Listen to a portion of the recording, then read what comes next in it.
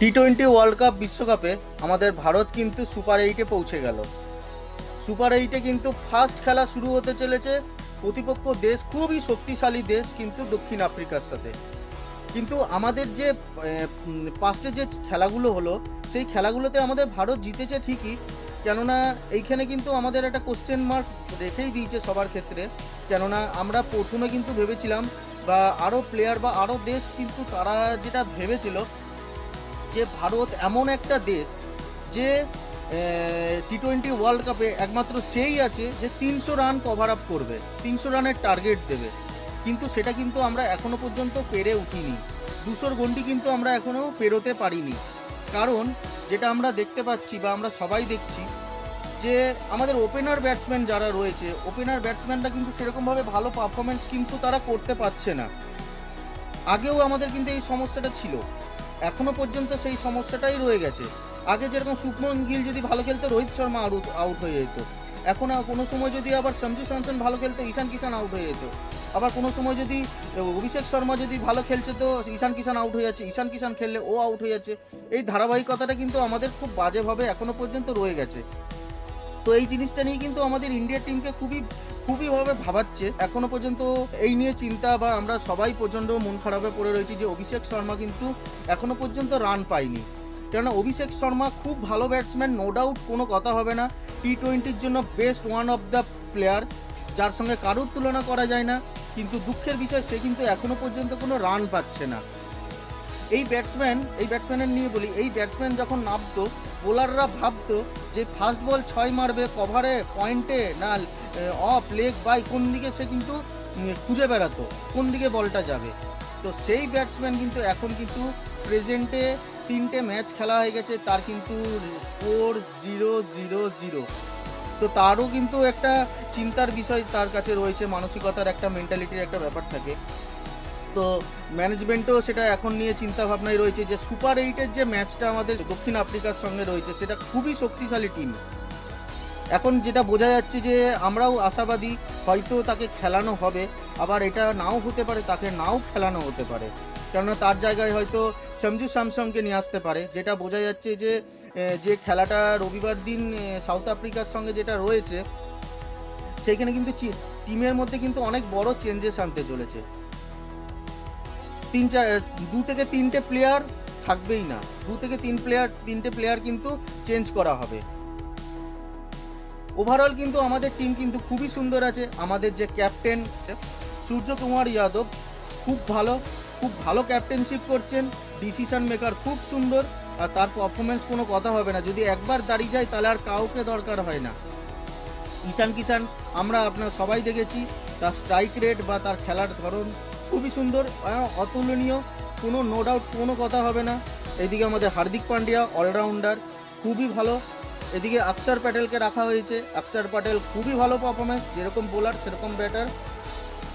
এইদিকে রয়ে গেল হচ্ছে আমাদের রিঙ্কু সিং হয়তো একবারে লাস্ট পোর্শনটে নামছে, খুব বেশি সে বল পাচ্ছে না বলে সে তার পারফরমেন্স দেখাতে পারছে না, কিন্তু এমার্জেন্সি পারপাস হিসেবে বা ম্যাচ জেতানোর জন্য ও 6টা বলই সিংয়ের কাছে কাফি। আর তার ফিল্ডিং তো আমরা সবাই দেখেছি। তো ওভারঅল আমাদের টিম খুব সুন্দর আছে। আমাদেরকে সবাইকে একটা জিনিসই ভাবাচ্ছে যে আমাদের ওপেনিং ব্যাটসম্যান নিয়ে ম্যানেজমেন্টও চিন্তায় রয়েছে, তাদের মধ্যে মিটিং চলছে, খুব ডিসকাশন চলছে। তো আমরা চাইবো যদি অভিষেক শর্মা খেলে, আমরা আশাবাদী সে এই সামনের ম্যাচে সে সেঞ্চুরি করবে, বা অন্য কাউকে যদি সঞ্জু স্যামসনকেও যদি খেলানো হয় তাহলে তার ব্যাট থেকেও যেন ভালো পরিমাণ রান আসে।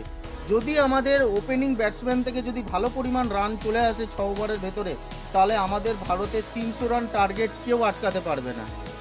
বোলার নিয়ে তো কোনো কথা নেই, বুমরা আছে, এইদিকে হার্দিক পান্ডিয়া আছে, এদিকে শিবম দুবে আছে, এইদিকে হচ্ছে বরুণ চক্রবর্তী, কোনো কথা হবে না। Varun Chakravarthy world of the number 1 best spinner, ভাই কোনো কথা হবে না।